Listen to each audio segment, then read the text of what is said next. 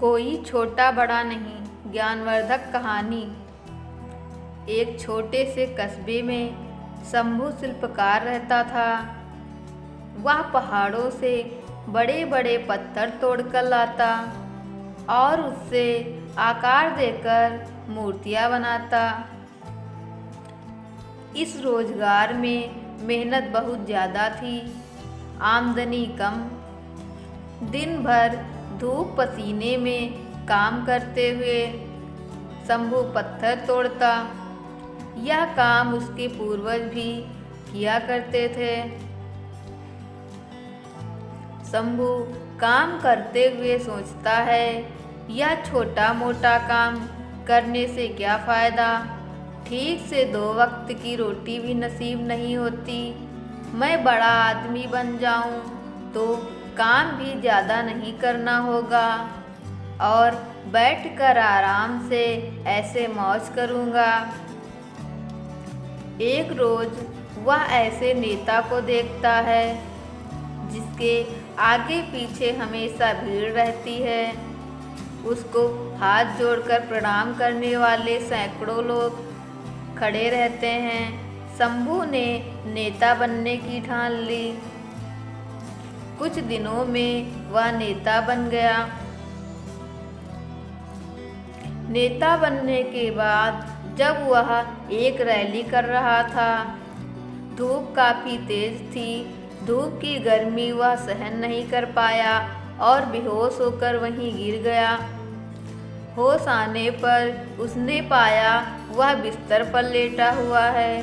बिस्तर पर लेटे लेटे वह सोचने लगा कि नेता से बलवान वह सूर्य है जिसकी गर्मी कोई सहन नहीं कर पाता। मुझे अब सूर्य बनना है। कुछ दिनों बाद वह सूर्य भी बन गया। शंभू अब गर्व से चमकता रहता और भीषण गर्मी उत्पन्न करता। तभी उसने देखा एक मजदूर खेत में आराम से काम कर रहा है। उसने गर्मी और बढ़ाई मगर मजदूर पर कोई फर्क नहीं पड़ा। विचार किया तो उसे मालूम हुआ ठंडी ठंडी हवा पृथ्वी पर बह रही है। तब शंभू ने विचार किया, हवा बनकर मैं और शक्तिशाली बन जाऊंगा। कुछ दिनों बाद वह हवा बन गया। हवा बनकर वह इतराता इठलाता इधर उधर घूमने लगा। अचानक उसके सामने विकराल पर्वत आ गया जिसके पार वह नहीं जा सका।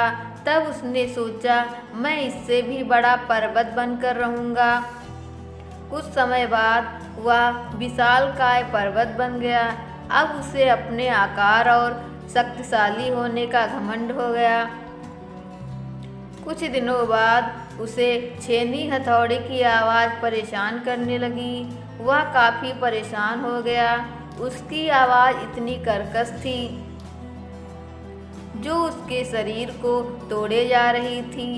आँख खुली तो उसने देखा एक शिल्पकार उसके पर्वत को तोड़ रहा है, लेकिन अब वह मजदूर नहीं बनना चाहता था।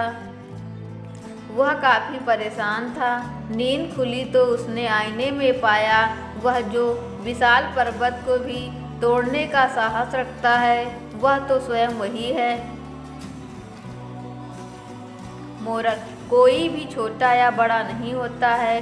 सभी के कार्य अपने अपने हैं। किसी भी कार्य को करने में हिचकिचाना नहीं चाहिए, बल्कि गर्व का अनुभव करना चाहिए। दोस्तों, आप लोगों को यह कहानी कैसी लगी कमेंट बॉक्स में अवश्य बताएं।